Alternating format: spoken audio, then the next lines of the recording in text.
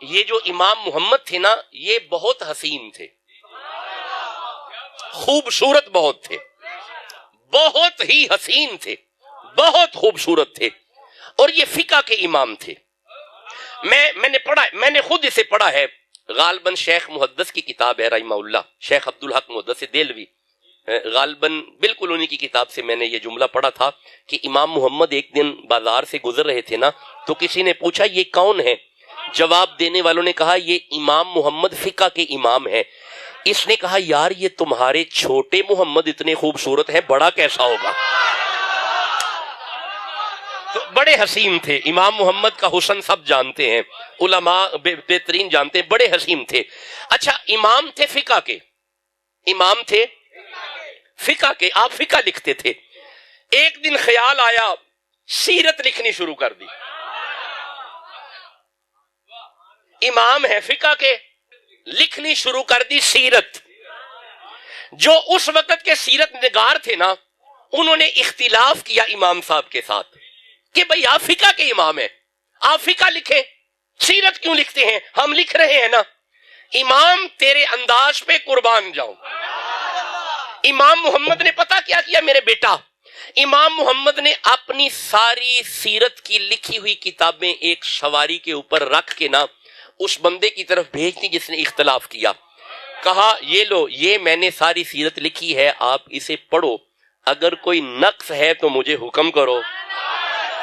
اس بندے نے بیٹھ کے امام صاحب کی لکھی ہوئی سیرت پڑھی۔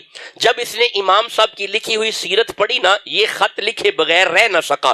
اس نے کہا امام صاحب آپ ہمیں معاف کر دیجئے گا، ہم سمجھتے تھے کہ ہم ہی سیرت کے ماہر ہیں، آپ فقہ کے ماہر ہیں، لیکن آپ کی کتابیں دیکھ کے سمجھ آ گئی آپ جتنے فقہ کے ماہر ہیں اتنے ہی سیرت کے بھی ماہر ہیں۔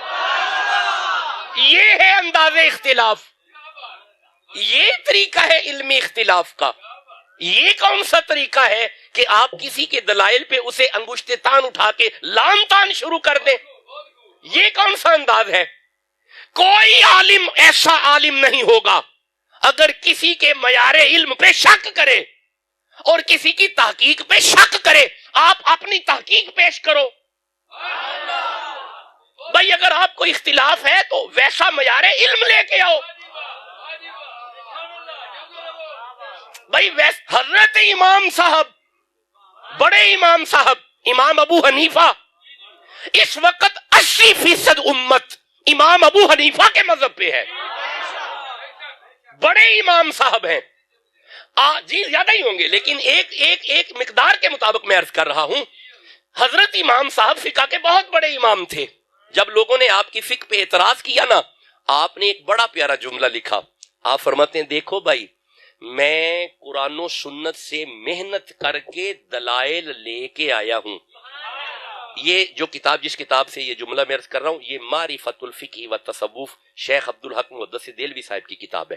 آپ فرماتے ہیں امام صاحب نے لکھا دیکھو میری فقہ جو ہے یہ ساری قرآن و سنت پہ مبنی ہے، میں نے قرآن و سنت پہ محنت کر کے فقہ تمہارے سامنے رکھی ہے، اگر تم بھی ایسی محنت کر سکتے ہو تو لے کے آؤ، ہم ماننے کے لیے بیٹھے ہوئے ہیں۔